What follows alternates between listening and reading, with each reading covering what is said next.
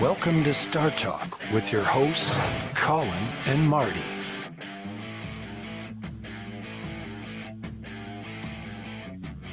Hey, Marty. Hey, Colin. There he is. Welcome to Startalk Live. I'm Colin, and this is Marty. And welcome to Startalk Live. Nice to see some people in the chat already. Hi, Will. How's it going?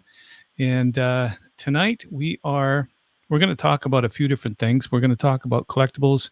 We're also going to talk about some technology. We're going to talk about NFTs, and we're actually going to talk about some fun things too. We have a couple of special guests on tonight. One will be familiar to you, and the other is joining us from Toronto, way out on the East Coast. We're going to bring him on in a minute. Sure. In the meantime, there's a lot of fear going on in the world, and I wanted to tell my Ted Nugent story. I've never told that before.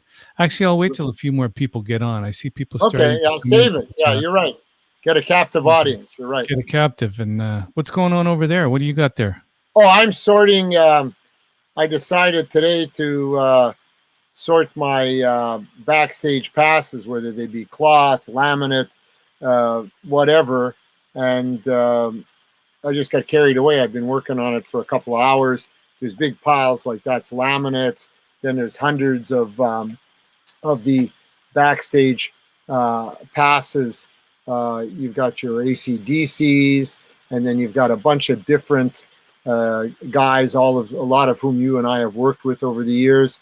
You've got Aerosmith, and one of our guests in the chat actually said, have you worked with all these people or what? Are you just collecting? And I said, no, I have worked with each and every one of these people, regardless of my capacity, whether it was the tour manager, the production manager, the driver of the stars to and from, the purveyor of merchandise and that. So consequently, you get all this in the production office, and I got it all to distribute. So that's the Allman Brothers Band. There's lots of them, like I said earlier, that we've all worked on. This was a very seldom seen Harry Belafonte. But the whole point being, this type of stuff, you can pretty well ask any price you want, because these are much, Colin, as you know, scarcer than any concert tickets or any programs, because they were only intended for a select few like yourself and the opening acts or headliners and stage hands and everything. And there's various categories, just so that people should know. VIPs and all access, very high.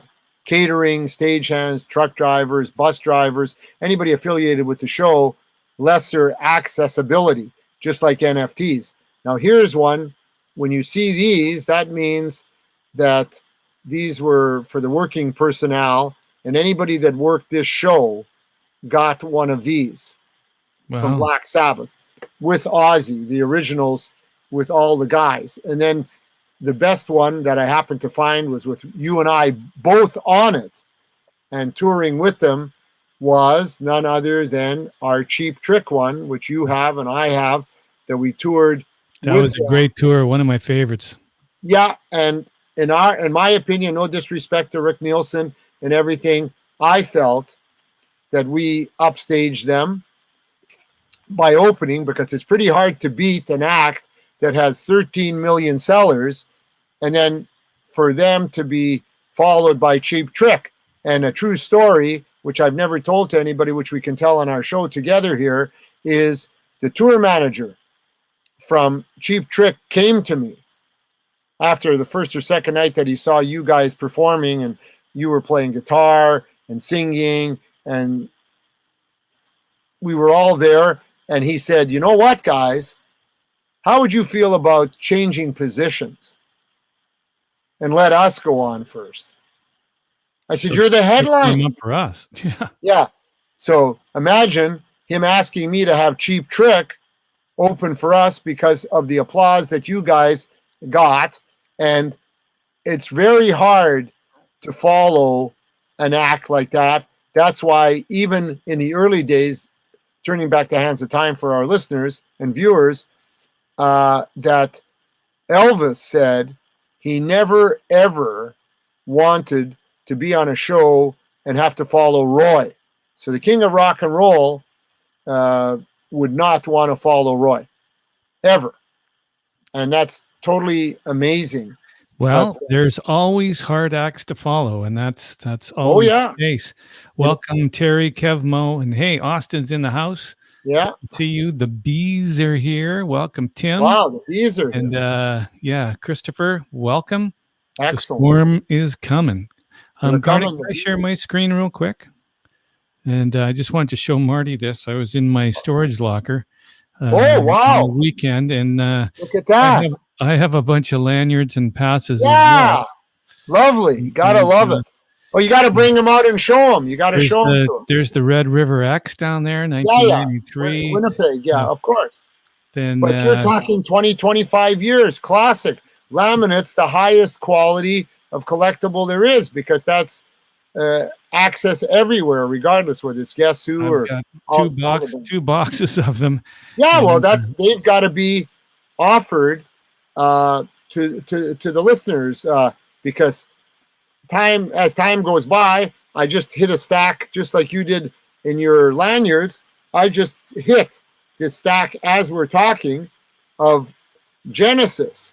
Now, Phil Collins doesn't drum anymore, and these happen to be from the Vancouver show that I did in 1983, 83, 93, 2003, 2013.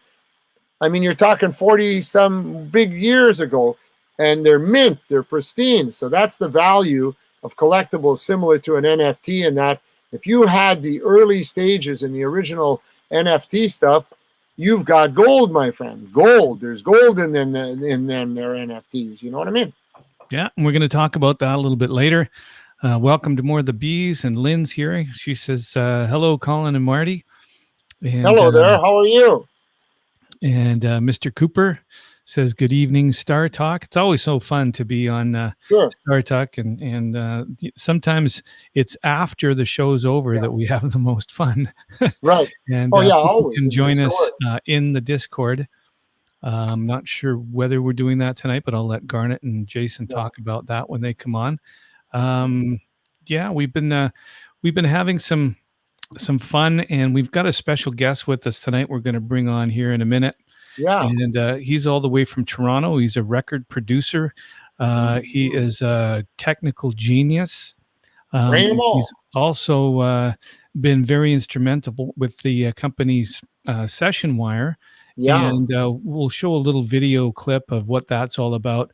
I know I've mentioned that on some other shows, and SessionWire is a music app like Zoom or like StreamYard for musicians. Wow. And it goes hand in hand with a project like Starwire. So we're kind of all in the same sort of technology realm, the entertainment business. And I was talking to a record producer from Warner Brothers today. And he told me he's working with a couple of artists out of Indonesia. Wow.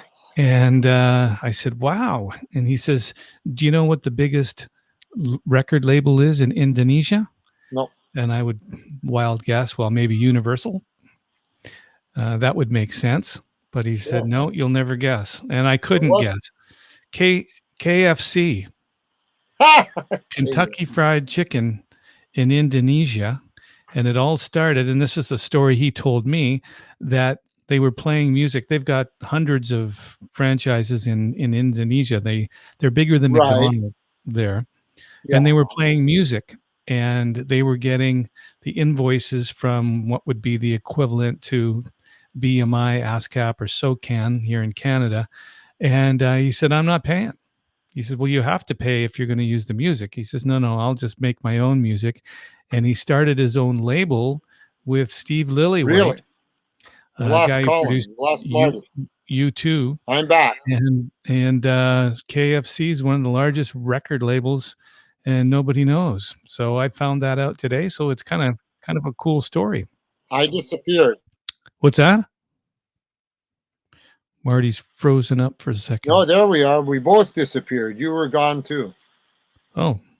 Well, maybe I was talking too much, and we should bring Ross on. So anyway, all you folks in the chat, I want you to welcome Ross Gillard here. And here's a little video footage of him making music remotely from two parts of the world at the same time. Is here to stay.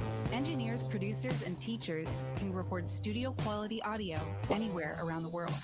How cool is that?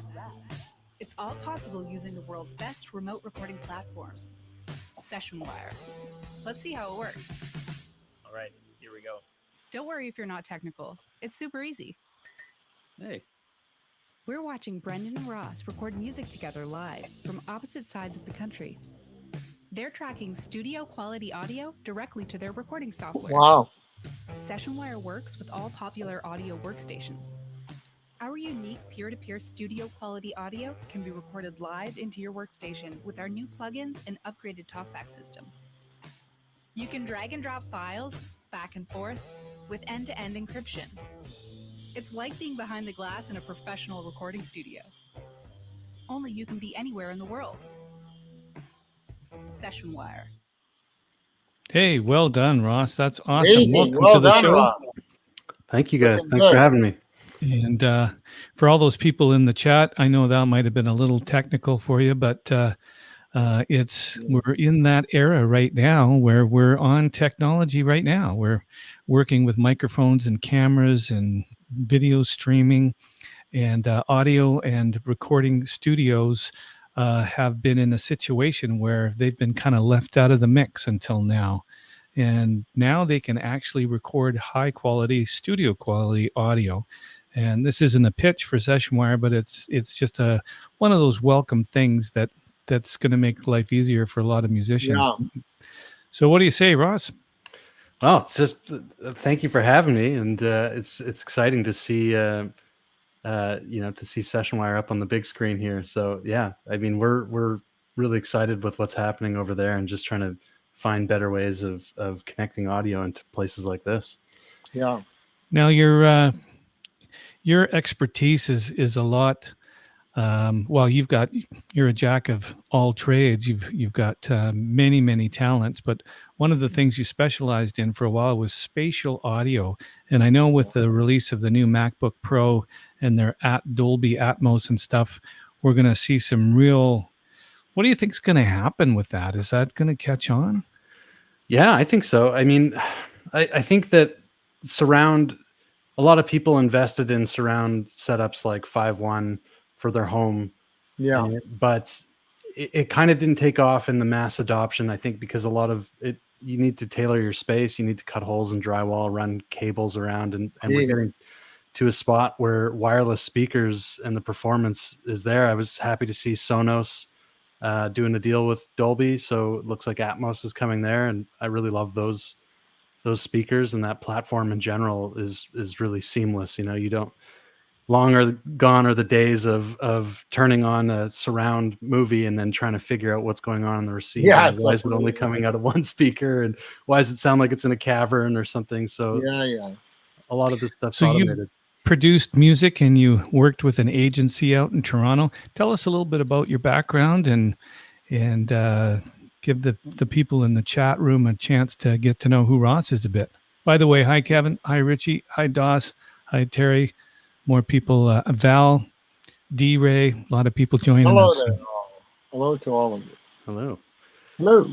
Yeah. So, I mean, I started up probably similar to everyone else. I love music. I grew up in rural Alberta, and I just it was in a hamlet, and I learned how to play everything myself on like a Zoom 12 track at the time, which was pretty good technology. Still is. I would use it to this day if I had it, and the drive still worked. But I found myself quickly fascinated with the computer's relationship with music, and it's been just an endless voyage deeper and deeper into that. And I worked with an ad agency in Toronto, just sort of writing music in high volume every single day for everything under the sun, to the point where it was Amazon Super Bowl commercials, and it felt like it was the peak of that. And I got really excited by the next thing, which was virtual reality and building spatial microphones. So wow, that was, we were awarded a gig for Canada's 150th birthday that was a dome film, and it needed to travel across the country and it needed to be filmed in 360. So we needed to record the soundscape of this whole country, coast to coast, picking up all the milestone locations. And it was like, well, how are we going to capture this? 5.1 microphones had existed, but they were leaving out elevation and information behind you. So the challenge began, and that's right around the time that virtual reality headsets were starting to kind of make their way into people's hands. So very exciting stuff. I've got a prototype of one here kicking around that I can show at some point. Fantastic. Well, spatial audio is I guess it's really being adopted by the video game industry, and it's now, I think, moving into mainstream. When I was on with one of our producers, Rich Keller, a week ago, he was saying that most of the jobs coming across his desk now are to mix in Dolby Atmos and surround sound for, regular listening pleasure. So that's really making a move, I think. I think we're in a fascinating moment right now, similar to probably if I think about the lore of the Beatles and the mono sessions versus the stereo sessions, and you want to get the mono pressing because they didn't sit in on the stereo one, until like I think the White Album or something like that. So I think we're at that state right now with Atmos. A lot of people are wanting to play around in the space and they're excited by it, but they're not really authoring the session with creating with the idea of a panner in hand. And I think we're getting there now, that with the releases like we just saw with Logic, bringing the tools right in out of the box. So this is the moment, I think, that people can start carving out space.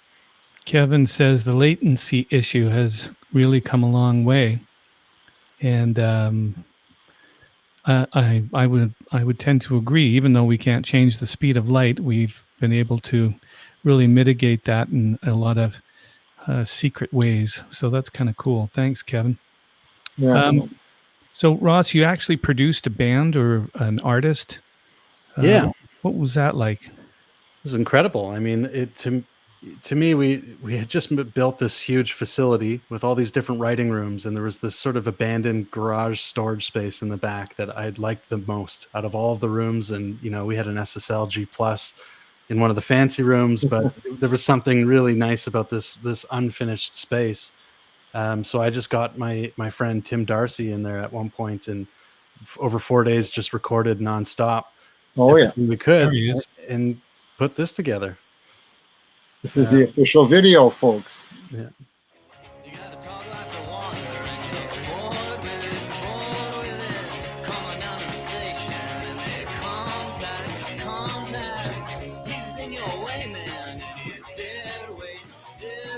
It's a bit like Conan. Yeah, he does. Like Conan, yeah. It's got a bit of a David Byrne kind of delivery. Yeah, exactly. Yeah, well done. Very nice. Very Lou Reed, too. I know that was a big influence on this tune specifically. Mismatched footwear. Looks like a sandal and a shoe. There's a break halfway through this song that when I heard it, I knew, take one, that this was going to be the song that needed to be a single. Oh, really? Yeah. But anyways, it's remarkable. We had no deal at this point. He was a big artist. Rolling Stone magazine had given him his other band top 10 bands you must know about in 2017. So they were making waves, and he just wanted to play around by himself and not have to make decisions with the band. And I was fortunate enough to be there with the equipment. Is that you? I am not in this video at all. Fortunately, I'm not usually loving being on screen. I like being behind it and behind the scenes. Yeah. But we did this with 6 mics and $0 and just a lot of brilliant blood, sweat, and no tears. But then a record label called Jaguar picked it up, which is huge. Bon Iver's on that. Like Kenny Rogers sitting behind him. Yeah, kind of does. Give a little volume on this section here. I think this is got a little ventriloquist dummy or something in it. Yeah, that's right. Yeah, you're right. You can see the Lou Reed or hear it.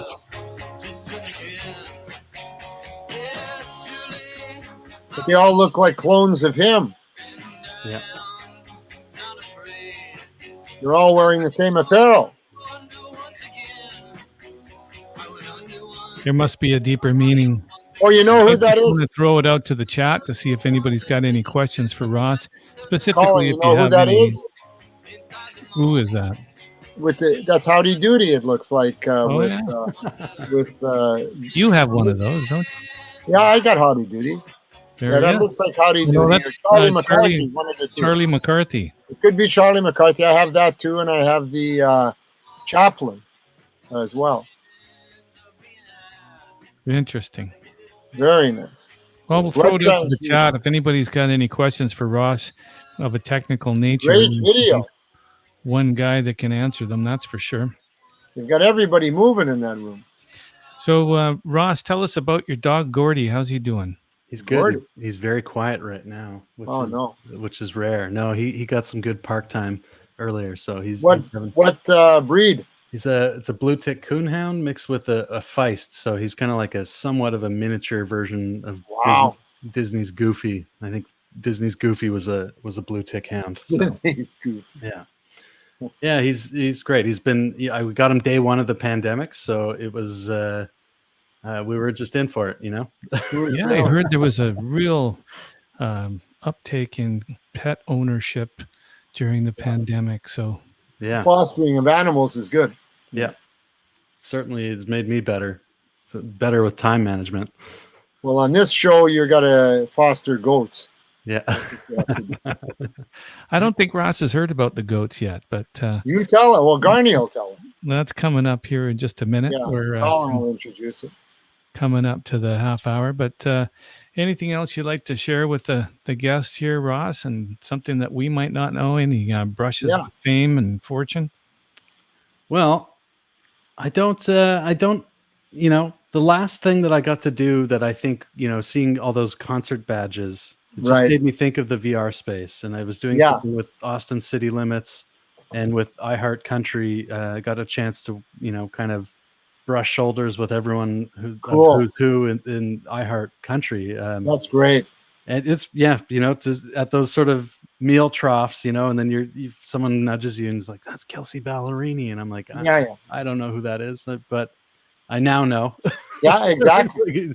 Just a megastar. Because of your accessibility and your being, your mere being, you got to meet that individual. You're right. Yeah. But it's remarkable. I mean, I'm mostly these days, I'm really excited about SessionWire. I really love, like, I don't know if you can tell, but I got a nice setup and I like my home setup. And I think a lot of people take a lot of pride in building up these comfortable spaces. And I'm looking forward to hearing the music that comes from people being able to bring those intimate spaces together. The creativity. Yeah, you're right. Yeah. So one of the things we like to do on Startalk is to not only bring on the stars, but also give people a little bit of information on what goes on behind the scenes. You know, people ask me, how do you actually make a record? How do you produce something? And what has to happen in order for that to take place? That's true. Excuse me.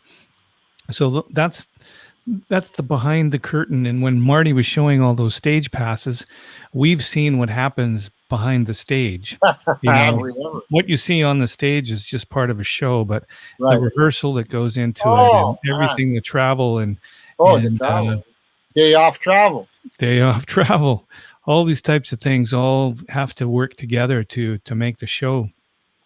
And in the studio, I mean, I just can't imagine traveling around recording Canada. I mean, that's a pretty big job. And to be able to have that kind of sound library, you must have needed a lot of hard disks for that. Yeah, it was immense. I mean, we were filming with 3 red cameras, you know, highest quality camera basically that you could get out in the field. And we had 3 of them stitched together to make a 360 degree. Who makes that camera? Black Magic, or no? So red cam is the camera. Black Magic is who we spent a fortune. To process all the footage with. Did you have to purchase them, or were they on loan, or did you acquire? No, I mean, we had a lot of. It was interesting. So there's a lot of different tech experts that ended up getting selected to do their role and bring them together. But because it ultimately was like a concert film where we were going into different parts of the country and finding the musicians that matter there and the stories that are centered around music there and capturing that. Right. So, like going into Newfoundland and being in a kitchen party and hearing everyone sing an old, Gordon Lightfoot song or something like or that. Eyes the Buy or something like that. Figgy Duff, all that kind of stuff. Yeah. But contemporizing it too, like having Grimes in Montreal as part of that. And it was really designed to kind of present a portrait of Canada in 2017 at that point, and be a time capsule that people could look back at and see where what we're did at. you come up with in Winnipeg and Vancouver? It's interesting. So I was on this job, I got so overwhelmed with the tech side of it that a lot of the music supervision aspect happened with a guy named David Heyman, who was a real heavy music supervisor in this country, who passed away. Oh, sorry. Long time ago. Rest in power. No, about a year. Like I want to say, right around the start of the pandemic. Yeah. It was incredible guy. And it was a loss for a lot of people. A lot of musicians I knew would when they'd finish a project, they would call him up and say, "Hey, I've got this record, and maybe you can help me get it on TV or something like that." So he'd critique it, or he'd move it to the next level. Yeah, exactly. And he would really help shape artists and mentor them into being like, so if you're going to do a deal with this brand, here's what you need to be prepared for, etc. Great. So, he was instrumental in pulling in a lot of the Canadian artists' music and identifying who should represent certain areas. So with Vancouver, we actually ended up filming in Stanley Park with the Vancouver Symphony. Oh, cool. And then we went into the old CBC soundstage there that is just beautiful to be in. And I honestly felt like I had gone back into like 1970 when the Neumanns I was looking at were made, everything was so perfectly kept. And so, it was really a wonderful experience to be able to kind of see all the. Now, are you following anything in the crypto world? Oh yeah. I mean, I experimented right away. I've got an NFT up on Rarible. I'm really interested in AI generative music. So I've been in my own projects making use of all the different sort of scripts out there and trying to figure out ways to make music that wouldn't be humanly possible in ways. So I had done I think it's like a 24-minute score that I had really just sort of programmed using this Prophet in front of me and AI, and just making choices about good, bad, no. What if I play it backwards? I'm still involved, but I was really keen to kind of look at ways that I could do the iterative process. So things like CryptoPunks, where here's 8-bit punk that looks a little bit different. This one's got a cigarette. This one's got a hat. Because I could make music using the similar techniques and really kind of quickly generate things with good outcomes that people would be like, this has emotional resonance like music is supposed to often do with us. So, that's the trick. That's a good segue to bring Garnet on. Absolutely. And, he's going to chat a little bit about our upcoming NFTs. And that just goes to show you that, it can be more than just an image. A piece of music can there he is. NFT. Hey guys. Hey, welcome to Startalk, Garnet. Good to be here. Welcome. Ross, great to have you aboard, Ross. My background's in live sound originally. I toured doing sound back in the days without the help of the new digital boards that are amazing. But it would be back in, we would have these huge cases of outboard gear that we'd have to lug around, and now it's all so easy on the new digital boards. It's just to quickly throw something on that, it's really amazing how much it's changed the way that bands play live, because I watched when I was starting doing live sound, there were no digital boards, and then I was quickly thrown right into them, and all of a sudden you'd have openers with custom reverbs and stuff like that you'd never do, because you'd be like, I'm going to pull all these faders down for the next band, and you kind of have to order certain things, like and prioritize, like, no, the headliner is going to get the control of where the aux ends, and you kind of have to just deal with what we're setting up here for the headline. Well, what I find interesting just in gear and just technology, as we move into advanced stuff, it's still the old tech that we try to duplicate the sound of it. Like you're talking about the SSL board, it's those, hard analog transistors that we try to get that digital sound, or with like the microphone you're using, right? Mhm. Why are these old mics that were created in the 60s like the ones we aspire to, right?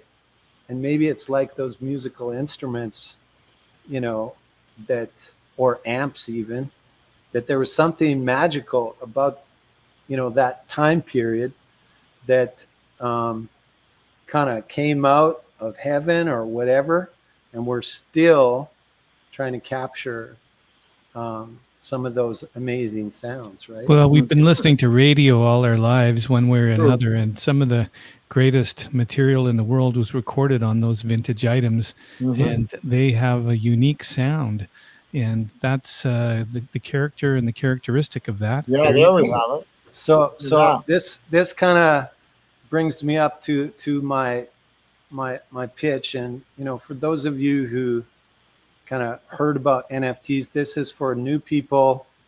People want to understand a little bit about crypto and its effect on the music industry. And it was cool hearing you talk about VR now, and spatial audio is another one of those new evolutions, right, that we're just getting into. And in the same way that we have evolution in music, there's also evolution happening in the financial realm, right? From the early banks, the early computerization, in the 70s, we had credit cards, then ATMs came out in the 90s, PayPal, and now we see a new technology in the finance realm in the area of crypto.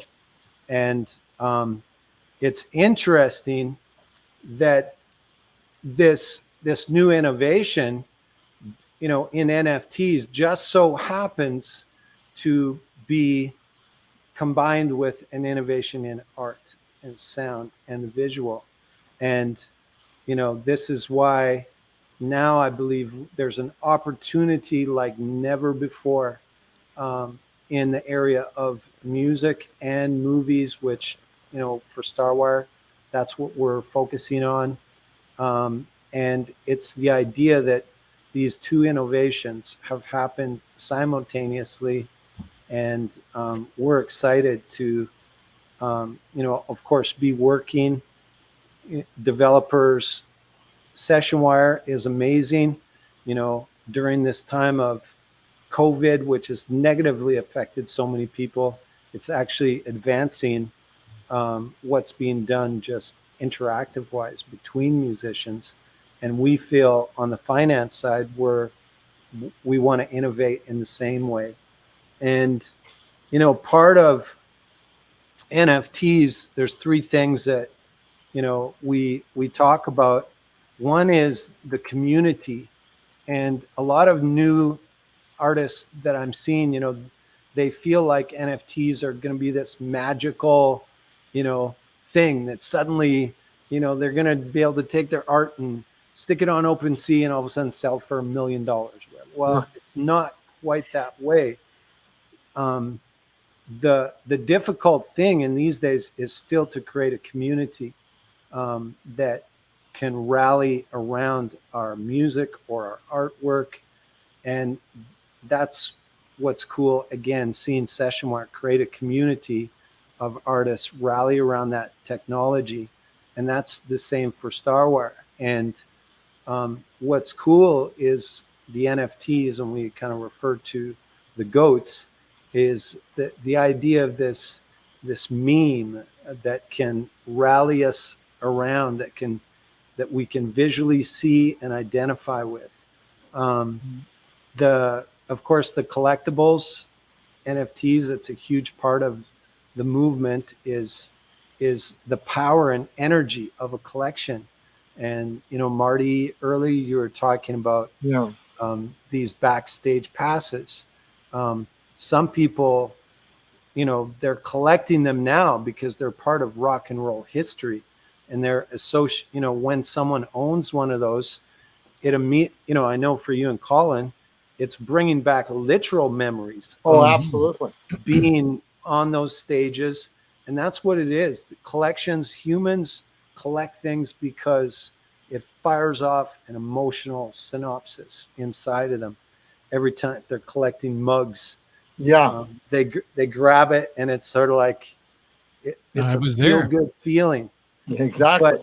But what's especially cool about your backstage passes is those, in the same way what NFTs do, is provide access, exclusive access. And, whether the concert was like 10,000, 20,000 people, Yeah. that little backstage pass was pretty much like a power trip, right? It could Oh, yeah, get definitely. you anywhere, and probably was desired by hundreds of people who Oh, yeah. wanted into that back room, right? True enough.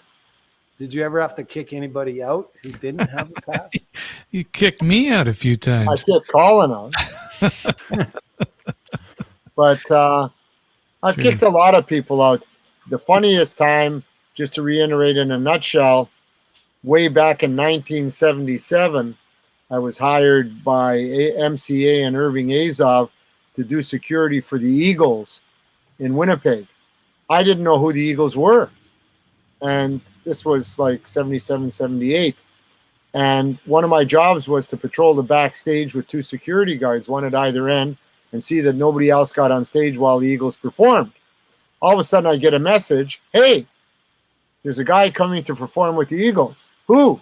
Joe Walsh. I don't know who Joe Walsh is. So I said, how's he getting here? So in a nutshell, they say he's arriving by a car. He'll be at the side gate. I get a two-way call on the radio. He's here. I said, who? They say Joe Walsh. I said, coming. Meanwhile, the guy gave me the wrong info. He came from the opposite way. He ends up at the side of the stage.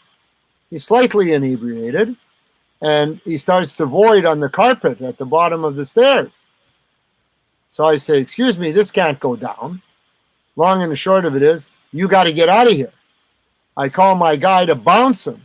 At the top of the stairs is Irving Azov. He yells down, hey, Joe, are you coming up or what? I'm just about to oust the guy. And Irving, who's the manager of the band, is inviting him upstairs. So I end up turning him around, quick turnaround. Hey, Joe, right this way. Let's go. Turn a negative into a positive, fire him up on the stage. Turn the clock ahead. Years and years later, I see him in Ringo's All-Star Band. And I say to him, how you doing? He says, great. I said, I know you from way back when. He says, from where? I says, from Winnipeg, Manitoba, Canada. I says, I'm the guy that almost threw you out of the backstage area because I didn't know who you are. And he just looked at me and he said, well, you know what? I didn't know who you were either. It's like, and I think, part of what I see in our future is not just online events like this, but I believe as live events begin to open up again, and the same way in the film realm, one way we are going to rally our community, our Starwire community, is with the use of NFTs. Absolutely. And those NFTs will, like obviously we've talked about fractional ownership of movies and music. So we're looking for solutions to empower and release a new generation of musicians that need to be funded, need gear, need technology, need mentorship. And we think NFTs is going to be sort of the foundation of our network and our community. So all of the people gathering around Starwire right now, our NFT, and we came up with this theme, which we've been doing on all our shows, is really honoring the fathers and mothers of music, the great ones, honoring those guys the same way. We've had so many people, the tribute artists who've come to give tribute to those musical icons, Legends. Yeah. who The legends, musical you're right. legends who inspired us. And really, there's no modern day musician who hasn't been influenced in some way. This isn't a rock and roll history show, but Yeah. I'm sure if we go back in time, like it goes back to Colin, your friend Bo Diddley, and those blues players who first inspired and the instruments they played, it's all influenced our present day generation. And the one way we thought for an NFT theme is the great ones, the greatest of all times, or the goats, right? The goats. Wow. And that was it. So we knew that our NFTs would be beautiful, handsome looking goats, awesome looking goats that would represent these young future coming stars. So we are launching a series of NFTs, 10,000 to be exact. Wow. That are computer generated. And right now we're in the middle. We're working with a team of amazing, greatest of all time artists. And, up until now, we've just been sketching out different ideas of the various. We're going to have about 200 different traits that the computer is going to mix up and create your own unique, individual, great goat. Some are going to be musicians, some are going to be filmmakers. And what these artists are doing right now is playing with the variables. And maybe I'll give you a peek. This isn't finished art or anything, just some ideas that we're playing around with. We're going to kind of, as this goes along throughout the weeks, we'll share with the community what's happening art-wise. But these were some ideas. This is one of the goats. And we just thought, we want to, these goats like different styles of music, and they may need different kinds of guitars. So, this one guitar here, for you guitar players, you may recognize it's got a look. It's Stevie Ray Vaughan. Yeah, great.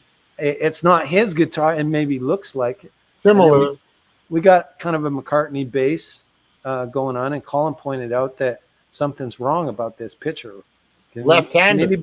Can anybody in the audience guess what's wrong with the McCartney bass? Anybody? Any Beatles fans out there?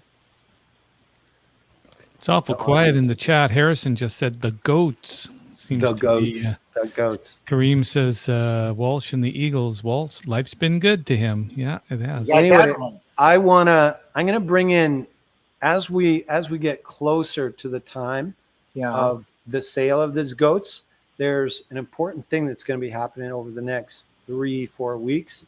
And we got Jason here. Hey. Jason's JW. He's JW's in charge in the house. Jay's in the house of our social media, and he is really the NFT.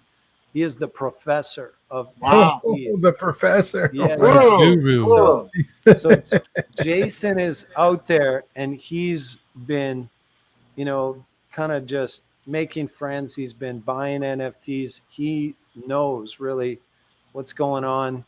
The current kind of action out there. And, I know, Jason, you bought a lot of NFTs, and part of that process is something called whitelisting. Yeah. And it's going to be important for our community. I thought they should hear it from the professor himself. From the professor himself. So that's great. Tell us what whitelisting is and why it's important to us. It's a way to build community. So what you want is to build your community base around people that are you want to like. I prepared a little bit of a presentation here. Let me start with Discord. Let me see if I can share my screen here. Share screen. Oh my gosh, this is not as easy as what I thought. Sneaking this out. Okay, allow. All right, can you see my screen? I'm in Discord here. Here we go. Yep. Okay. Well, this is most all of the community building is done on Discord and on Twitter. So I'm taking a look right now at the Mad Ape tournament. They're doing a NFT drop later on this month. And so they're going through their whitelisting process. As you can see here, it says whitelisting. So the first 500 people that join their group, they put them on the whitelist. And what the whitelist is you are pre-qualified for a list to actually buy one of their NFTs, because these when they do the listing on Ethereum. That's the blockchain where they sell, where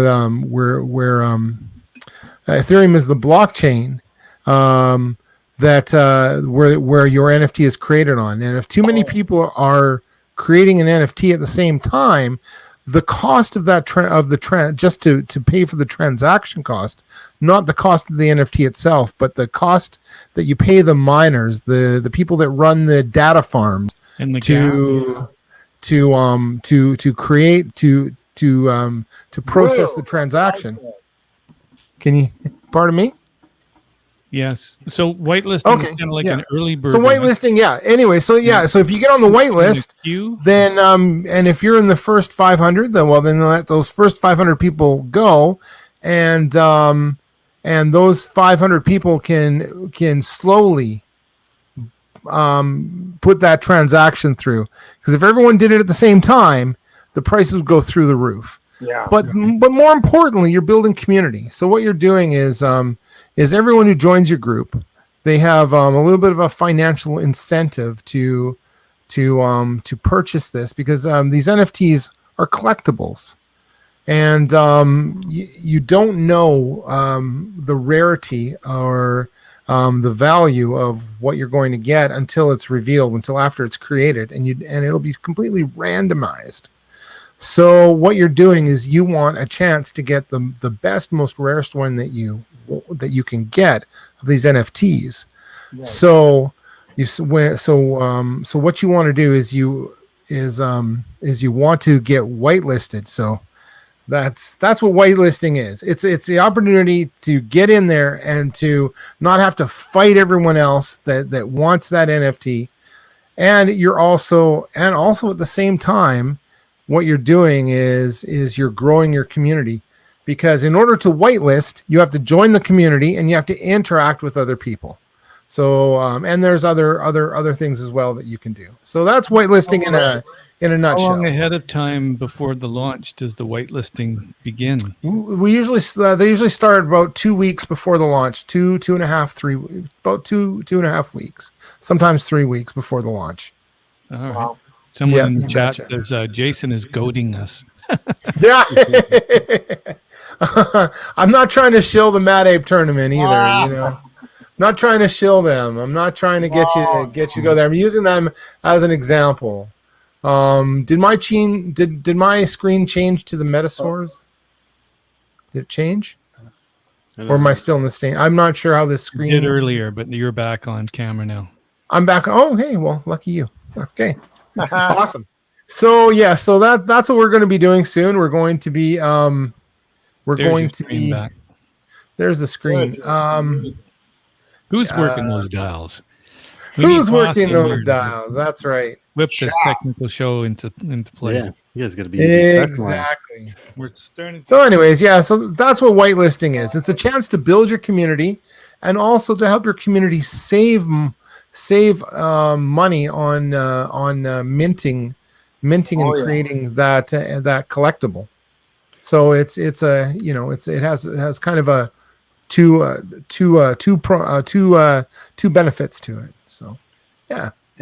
And people generally, like, I know that when you got whitelisted onto the Metasaurs, that's right. There was some screams that I heard in the background. Because it takes several hours of grinding away sometimes to qualify. For sure it does, yeah. on those, and so that can be given away as a prize. I'm sure in the upcoming Tuesday nights we'll be giving away some of those white Well, definitely. sections to the listeners of the show. That's so if right. you come back, you could. Well, you could special win waitlist some spots. white- That's right. Exactly. Yeah. Well, I'll tell you a little bit about that project. The Metasaurs, they're the first dinosaur project, basically on. Minnesota. Yeah, you betcha. Dinosaurs. They're half dinosaur, half ape. So you got half Godzilla, half King Kong. You know, kind of. The lower half of the body is ape. The top half is dinosaur. Like the head is dinosaur. But anyway, so what they did as a whitelist project is they as one of their contests, like first, like they had people create memes, or they had people create GIFs. I don't know, depending on how you say it. And then there was another one called a street art competition, where people would go out and spray paint on the sides of buildings, hopefully that they got permissions for, or in skate parks where it was commonly accepted. And they would have huge murals, and that's how my team won. My friends and I, we put together yeah, you betcha. Excellent. Yeah. So do you have a picture of that mural? Because you betcha. That is a super cool idea. In that Absolutely. There was murals for the Metasaurs being painted all over the planet. Yeah, you to betcha. Qualify for the whitelisting. So I mean that would be awesome to like have goats in New York City, Los Angeles, Tokyo, everywhere, and that would be an amazing thing. Absolutely. The presence of the goats, which represents, creativity, a release for those looking for those new stars, for people to walk down the street and say, "What the heck is that? That's an Allstar Goat." Yeah. On the side of the building. Also another cool thing that happened this week was, I think, a first time in NFTs. And you say, okay, what has this got to do with music and movies? Like, you guys are just collecting little pictures of animals and stuff like this. This weekend we released a film. Jason Mills directed this film called Clown Motel. It was the second part to Clown Motel. Let me see if I can bring up. And he interviewed some of the actors at the beginning. Yeah, and part of this here, I can bring some of this. This was a little bit of the original Clown Motel movie. Anyway, this film was released. Because it was a horror movie, we thought maybe we can connect a collection of NFTs that are kind of more, not pink and fluffy animals, but kind of dangerous and creepy NFTs. And we reached out. We found a group called the Wolves Club 86, I think they're called. Is that right, Jason? Say that again. I couldn't hear. Club 86. Yes. Anyway, they donated. We put one of their NFTs in a scene in the movie. It was put onto these delivery trucks, and in return, they paid the film in wolves. And so the actors, Kiana here and Darren, who was in another part, they actually earned, some payment for that film in NFTs. And what's kind of cool about that is, if you get paid, your daily rate, you go out and spend it on, bills and rent and stuff. But when you get an NFT, typically you're going to hold these for a while. And the idea is these NFTs can grow in value significantly. So what starts out as, Kiana getting a $250 NFT now, a year from now, as she's holding that and maybe using that wolf as her avatar. So people are going, wow, that's cool. And Kiana has, maybe 50,000 followers on Twitter. They're going, whoa, she's like part of the Wolf Club. And it increases the value of that token. and that may be her, a bigger paycheck than actually what, she may be able to buy a Tesla with that same wolf a year from now. So I think it's quite innovative and just a different way, than we originally thought we'd be using NFTs, which is, of course, to, distribute music and movies on. But this is like a brand new, innovative way. Yeah, very cool. Yeah. Yeah, I think that's with music. It's incredibly like I always think about the secondhand model of music. So like Leonard Cohen died relatively poor than what he maybe should have been making because all of the records that were being sold in all the record stores around the city, he was not cut in on. They're secondhand sales. He's totally removed from them, and his manager was in his pockets and stuff like that. So to have this level of security and accountability in a secondhand transaction that is always going to pay the intellectual property owner or creator is huge. I think that the secondhand market for music is not, it doesn't make sense when we think about streaming because we just think about it as an endless tap of things that turn on. But I think that artists are using NFTs to connect with their fans without the middleware. Absolutely. I can sell you backstage access to me and my music and something else. I could build a sample pack and bundle all those things together that a traditional marketplace for music can't serve. And so now you have this relationship between the fan and the artist streamlined and almost directly connected. And there's the secondhand market of that can explode. So very exciting. It's amazing. That's right. Yeah, that's tremendous, Ross. When Leonard passed at age 82 in 2018, his net worth was 10 million. Yeah. He should have been one of the richest guys on the planet. Absolutely. I agree with you 100%. Yeah. But, I think you make a really good point. The whole secondhand idea is one thing, but if you look at Spotify, for example, 60,000 tracks a day are uploaded to Spotify. Yeah. And I was on with a record producer this afternoon, and we had a long conversation about this.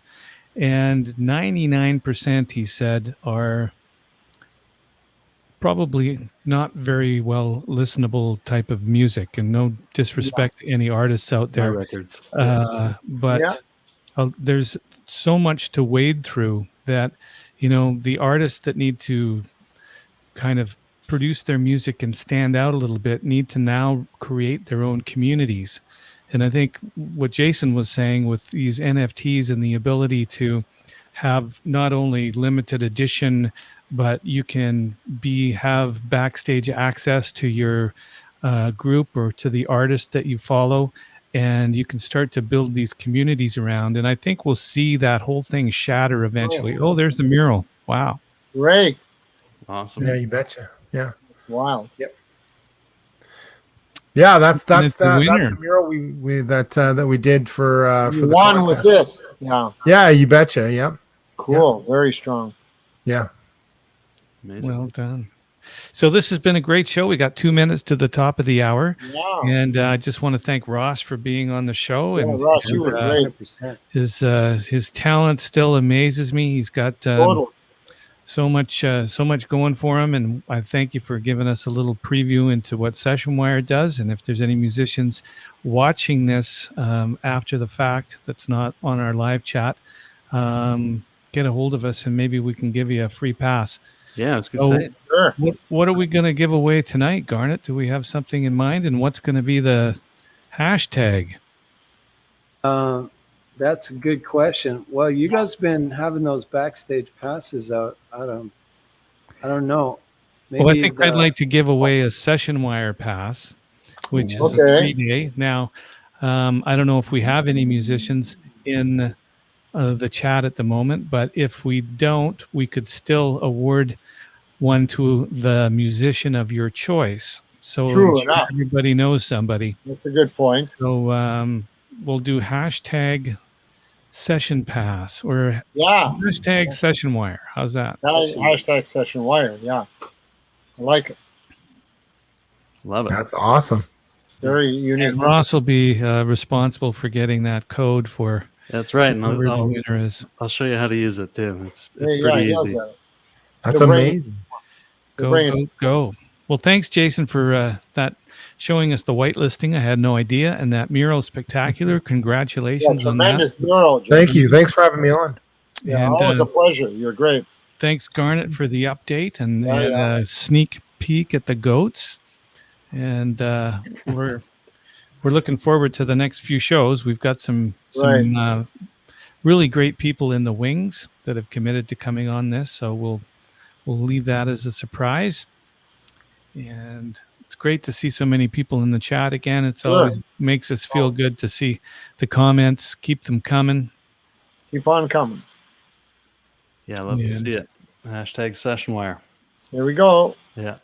Wheel of Fortune. Oh, by the way, this episode was called All-Star Goats versus the World. This was Wow. That's cool. It was a nod to Scott Pilgrim versus the World. And Okay. if There we you go. haven't seen this movie, you absolutely have to have see got to it. watch Scott Pilgrim versus the World, because Must see. the story of a young musician. He's got to battle, I think, 7 deadly ex-boyfriends from this girl that he's dating, and he plays all these concerts. And it's incredible. Anyway, you got to watch that show. I just thought it was cool. Because this is going to be the life story of some young musician out there who's got to, you got to make your career. It's you got to battle, you've got to practice and just get to work. So I thought this movie might inspire some of you guys out there. Very cool. Anyway, All right. let's go Spin through that spinner. Who be the winner? Here we go. Who's the winner? A session wire. We need those sound effects now. Womp, womp, womp. It's a 3-day pass It's gonna with be all the Chris. pro features. Terry, Colin.